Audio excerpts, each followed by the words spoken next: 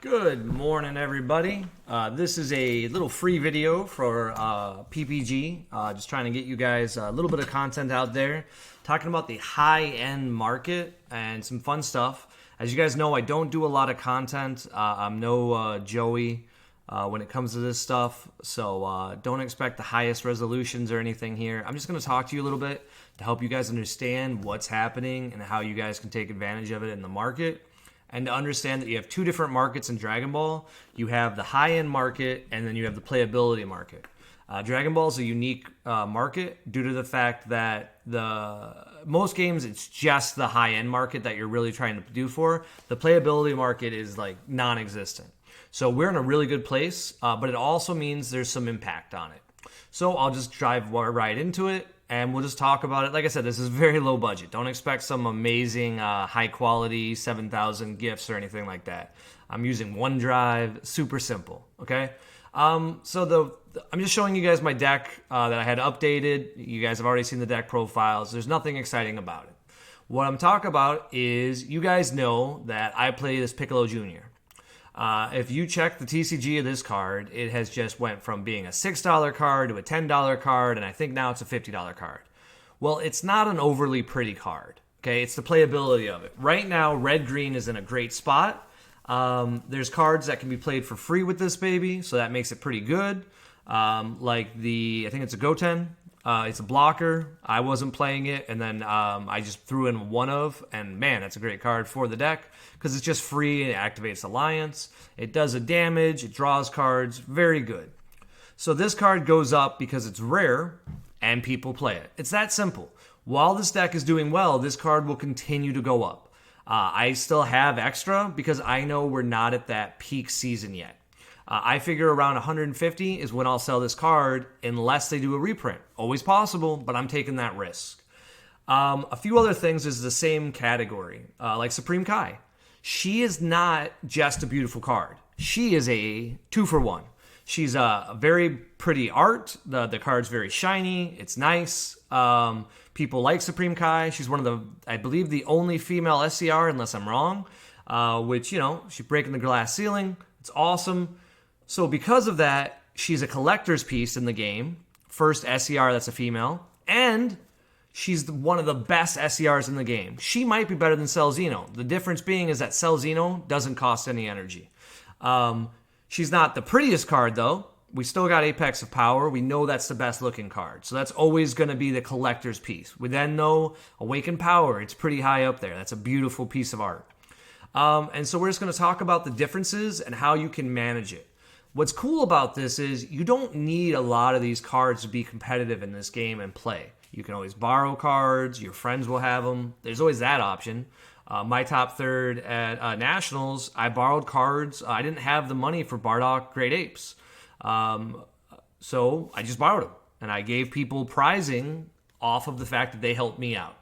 A little quid pro quo. After the event, I was like, hey, here's some promos. Thank you for letting me use your cards. I did well with them. Power of Patora, I had to borrow. I didn't have one.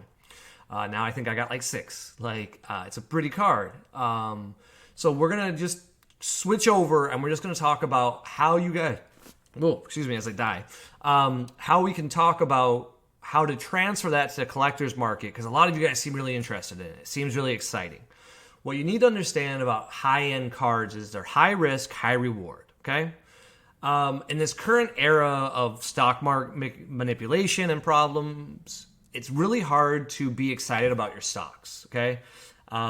If you guys had access to GME and you couldn't sell it, you know what I'm talking about. Like you wanted to get rid of it, it was worth a lot, but you didn't physically have the card. So what I'm going to talk about is how people that like to invest, they like to take that gamble. But it definitely is a gambling if you're going to send your cards to Beckett. Because not only do you have to deal with the post office, you have to deal with Beckett, and there's plenty of chances for your cards to get damaged, stolen, anything like that, and you're out the money you paid for them. I'm going to use some quick examples just talking about what I do and what I like. So Pokemon is a better long-term investment than Dragon Ball in my mind. I trade for Pokemon cards all the time, but I like Dragon Ball better due to the artwork. So, different things. I like to diversify my high-end stuff. If you guys look here, a PSA 7 near mint sold for a 1999 Shadowless Charizard. If you saw this picture, this was, if you look up this listing specifically, you guys can Google it, and it's on eBay. It's very easy to find. You can find this guy's selling info and just pops right up. If you look at the pictures, this looks like a really good card. Now, Pokemon's graded very harshly because of the criteria of Beckett. I'm not going to teach you how to grade and all that stuff. Plenty of videos on it. You can learn the trade. What's important is a bad version of Charizard you can buy for $500. But sometimes there's deals on TCG where you can take a gamble. You see this double play, they have a lightly played hollow foil. Now, a lightly played is going to be between that range of a 5 and a 7.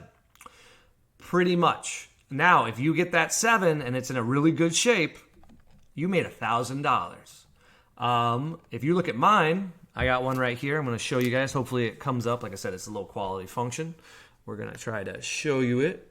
This is my Charizard I had bought recently. Now, I paid $700 for it, and it came back as a 5. Okay? A 5 sells for $1,000. It cost me over $100 to ship it and get it back. Once you figure in eBay fees, there's no point in selling this card. It's better just to be a collection piece. And with Charizards, I don't mind doing that. Similar concept is like Son Goku Apex of Power. This card is one of the prettiest cards that exists for the game. It's fantastic. I mean, just look at it. Like, this is a picture of the picture, right? Beautiful card. It's fantastic. It also has playability, which is why you see lightly played up here.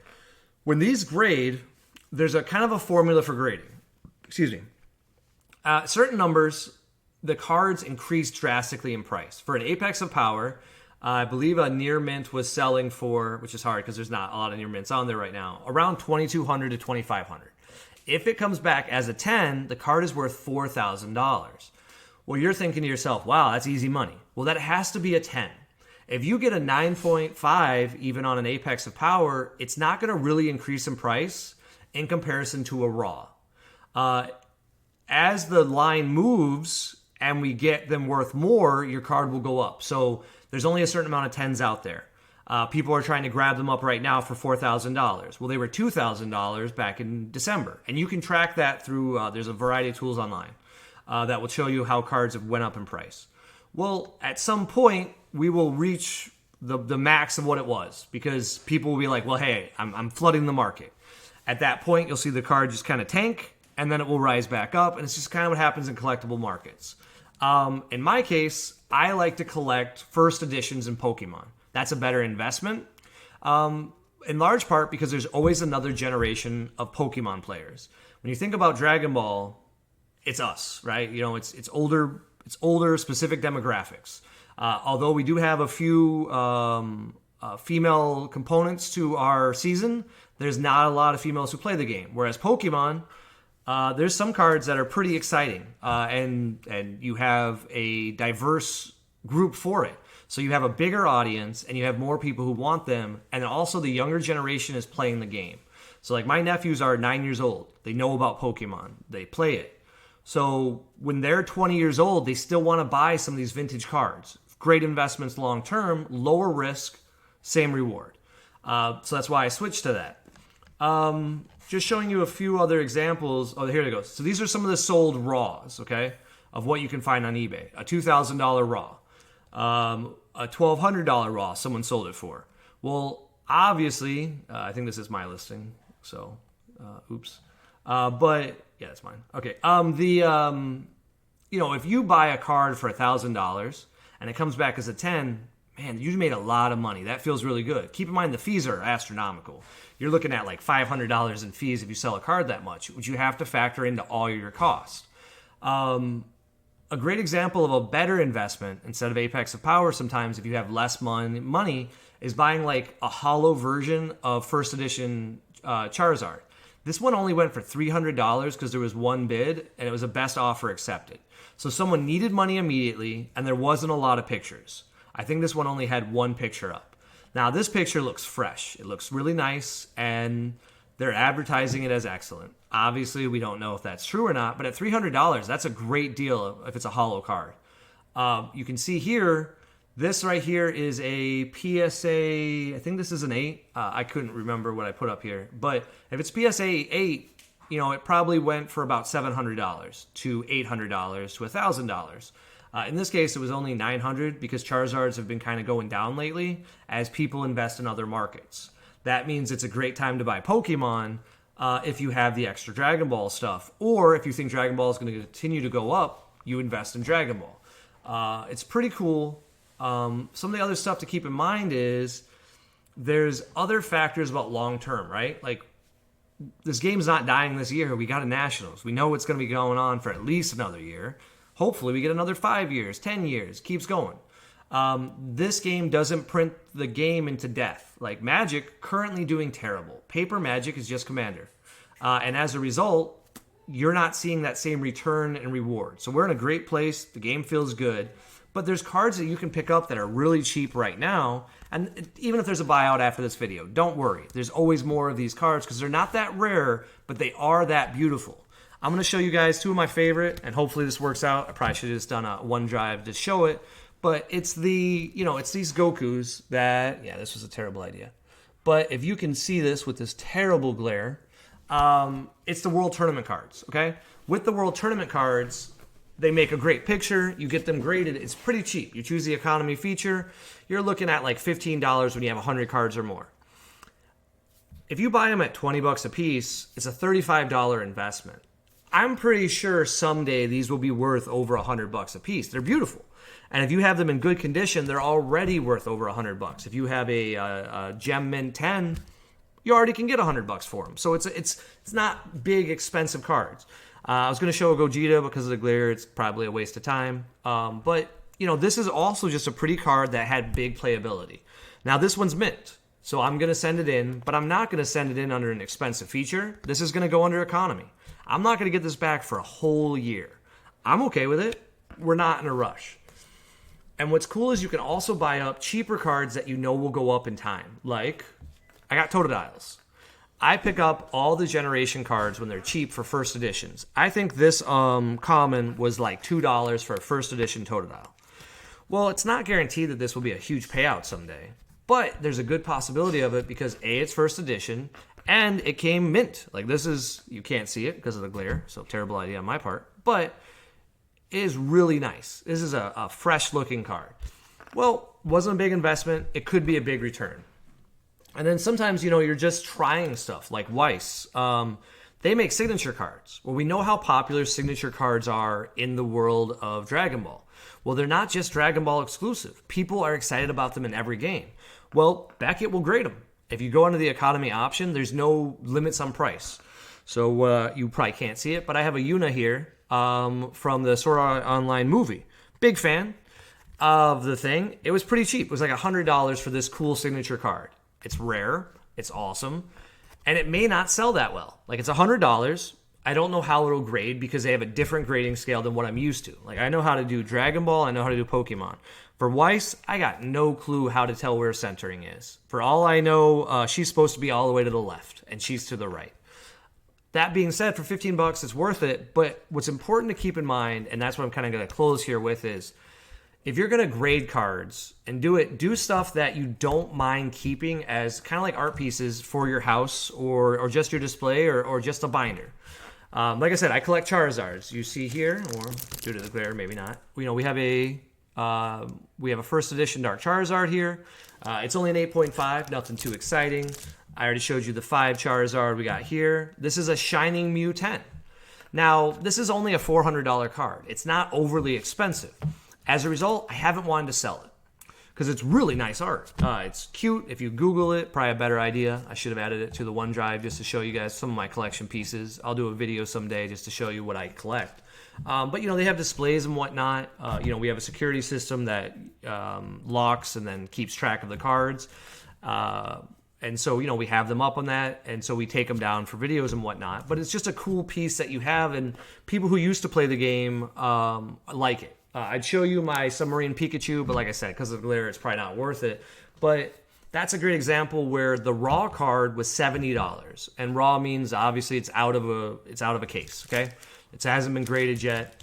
So it would have cost me $70 to take a risk on it. We know it costs money to ship. There's risk to lose it and all that stuff. Well, it was only $200 for a Gem Mint 10 because a guy had a deal going on. He was just trying to get quick money. He was good to go. I have no clue what it's at now because I don't ever want to sell it. We just bought another display to put up in the house so that way it can be in like a little section because it's an adorable Pikachu. It's really cool. Sometimes you do get burned, though. I just did a deal with a gentleman, and I paid a lot of money for all the signature cards and Awakened Power, and they were in crappy condition. I got a partial refund, but I considered just shipping it all back, and I should have. So I'm probably going to own an Awakened Power because it's going to come back if I'm lucky a 6. Who wants to buy an Awakened Power in a 6 that's graded? It's going to be a pop 1 because no one else was dumb enough to grade it. Well, I was already submitting some stuff. I didn't mind it. And like I said, I'll just keep it. It's great on the front. It's a beautiful card. It's just that on the back, they basically dug their fingernails into it, making the card completely worthless of what it could have been. And I paid for a mint copy. Now, I'll never do business with that person again. It's the reality of it. If you can't take care of your cards for collecting purposes, people will notice that they don't want them, okay? You kind of have a one chance to do it, or you can fix it. In my case, I don't see how the person could ever fix it unless I got it for a steal for what I paid because I definitely got, unfortunately, a loss of money on that one. But sometimes, hey, it works out, and so it all averages out. You take that gamble. It's a high risk, high reward, but just keep in mind you're basically gambling. Like raw cards are more consistent to sell. There's a lot of people on there, and you can see certain cards are better investments. Like, for example, I always talk about it. I haven't found room in this deck for a Unison yet. They haven't given me a good Unison for launch, but we're getting more Earthling support. So in this next set, there might be a red launch support. Unison. That's what I'm hoping for. I'm like so excited if they do it. It might combo when you attack, like when it gets attacked. It might do something really cool like Wiz. I'm just hoping it does something like that. If it does, this awesome deck we already have that is really good, right? It gets a giant upgrade with that Draft Box Piccolo. Well, Draft Box Piccolos are $20 right now. It's free to cast it. Well, we can keep our energy back for Topos. We can keep our energy back for Arrivals. We can play Supreme Kais. Heck, we can tap out then for Mechabura. Those are all great plays we can do when we also have double strikers who can't be blocked. That's an amazing card. I'm really excited about it. But I don't have a way to put it. So I have I don't know how many Piccolos I have, but I have a fair amount of Piccolos. I'm saving them for the hope that someday we get a Unison for red that is so game-breaking that everybody's like, hey, I got to play red. And we're getting close. Like, look at the King Piccolo deck. That King Piccolo deck is consistently doing better as more people get tournament promos, right? That's the hardest part. I think they're like $15, and yet people don't buy them. It's amazing to me. But I played one yesterday. It went to game 3. My opponent played very well. Shout out to him. It was a very hard match for me as launch. And it was because the deck can just keep playing stuff for free. It has blockers. And the Unison Abuse is very good in that deck. Well, that's a much lower investment in your time and your energy when you're selling raw cards. Because what are you gambling on? You at one point, those Piccolos were $10 on Core TCG's website or through their TCG. And they had like 20. I know I bought like 5 at one point for $50. And then I sold them when they were like $20 because I knew the card was very good. Well, if you spend $20 on a card, it becomes $40, you've made double your money. That's good money. Like, you should be pretty happy. Like, you have enough money now to make a deck. You can do stuff with it.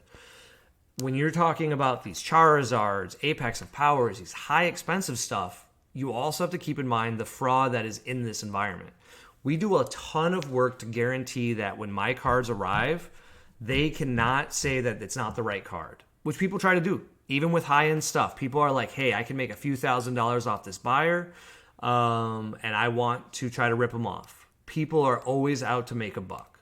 So you just protect yourself. I'm not going to share with you all the stuff we do because those are secrets that prevent me from getting ripped off. And if I tell them to you, then someone can abuse it and rip me off.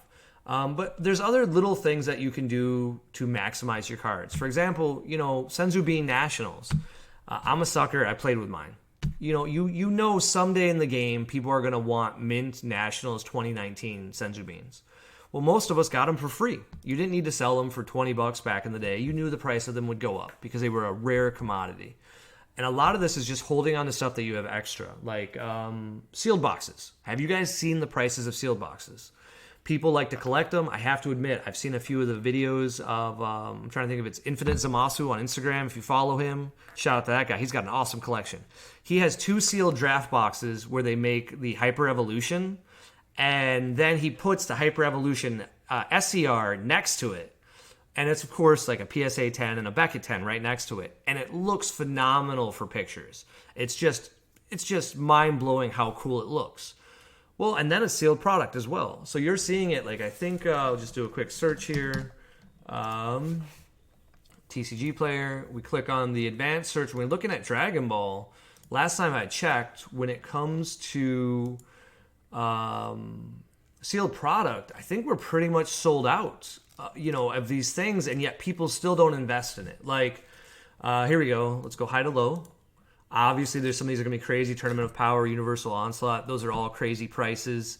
Vermilion, you can still get a case for $1,500, okay? Not the cheapest price, but not too bad. Colossal Warfare, it's only $700. Same thing for Miraculous Revival. We got pretty good considering that those are cases when we look at boxes. Look at the Soul of the Saiyan, Universal Onslaught. Now you're thinking, well, those are really good sets, right? Well, yeah, but look at Galactic Booster Box. That's not a really good set. There's not a lot of value there overall. It's still $540 because it becomes rare over time. People hoard them. They keep it. Look at the price here of, this was an overproduced set, Machinations. There's a lot of it. We're already up to $140 a box. Union Force, $319. And these are, you can't buy them other places. You have eBay and stuff, but you just see it. Well, if you want to, you can still just spend $700 and buy a case and sit on it. Worst case scenario, you get to crack some packs. Like, that's the whole point, is just have fun with it. But don't treat it like it's a job unless you're willing to really invest in it. But watch the videos. I'm getting a ton of requests from people, who are like, hey, how do you grade? What services do you use? Those you can find in the very beginning videos of, like, how do you grade? You can just find them up on YouTube. Just keep in mind, like I said, it's high risk, it's high reward. You got to take care of yourself. So enjoy. Like I said, just a little free content for you on a Saturday. Having a good day. Enjoy, you guys. And I'll see you guys at the PPG. We got 5K coming up. And then we got the online event. We got regionals. It's an exciting time. I'm pretty stoked. It's going to be pretty awesome. That being said, if anybody has any first edition Shadowless Charizards, I'm looking to trade. Later, guys.